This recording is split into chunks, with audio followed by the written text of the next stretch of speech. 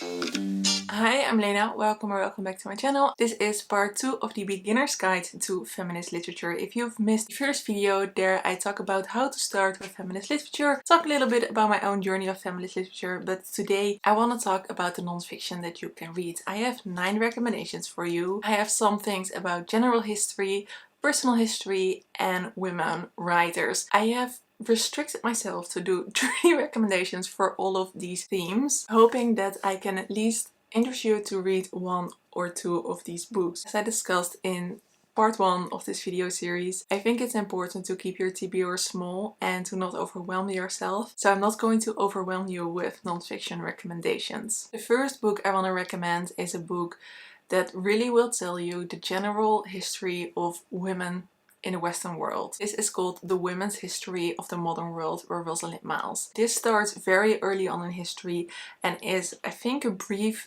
and great summary of what women did. Feminist histories, the discussion of different ideals through time. When I read this, it felt a bit repetitive to me because I knew a lot of these women that were discussed. But I think if you're earlier in this journey, I would definitely recommend reading this book because you get such a great overview of a lot of different topics and a lot of different events. It is quite limited to the Western world, but maybe you can use it as a jumping off point. Looking at myth, I thought that Pandora's Jar by Natalie Haynes was really interesting. This discusses a lot of famous women in Greek myth, but from their own perspective. So from a more feminist perspective. I am not in love with Natalie Haynes' writing, but I do think if you have an interest of how women were represented in stories and myth earlier in history, then this could be a great addition to your TBR, and it's incredibly informative and beautifully detailed. So if this matches your question of what you would like of your feminist journey, this is a great one to put on your TBR. An essay collection I would really recommend that focuses a little bit more on 20th century women's history is Women, Race and Class by Angela Y. Davis. These are very detailed and very interesting essay collections about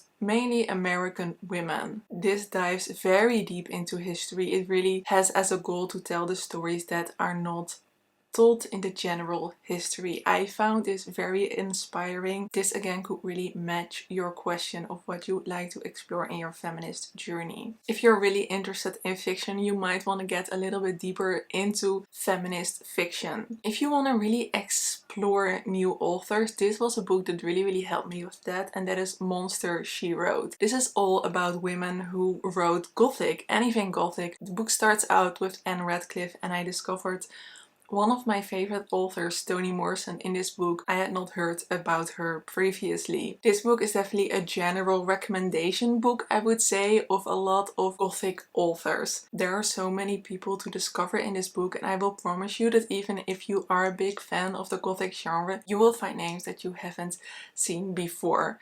So this is a great book if you want some recommendations. If you want to have some fun with the history of female authors, then I would recommend How to Be a Heroine or What I've Learned from Reading Too Much by Samantha Ellis. Samantha Ellis takes a lot of female authors and just tries to explore it. She connects it to her own life as well. And to me, this was just a whole lot of fun. And what I really liked is that she tells you about her own feminist journey throughout different heroines that she had and how she also changed her mind a lot, and that I think was my favorite part of this book. This is basically just a lot of fun. If you know my channel a little bit, then you know that I am a big fan of Virginia Woolf's writing, so of course her essay A Room of One's Own needs to be here. The premise of this book is that the narrator of this essay, which it does feel a bit fictional, but it is an essay, tries to discover what women used to do from 8 to 5. Trying to discover that, she already discovers the limitations of her gender because she is not allowed into the library where she wants to find everything she needs to discover that. And even when she does discover some books, they are not about women. So this raises, I think, the question that I've talked a lot about, especially in the first video. Some parts in A Room of One's Own are quite dated. Some parts really do still reflect on how we think and how we feel, and of course it's very beautifully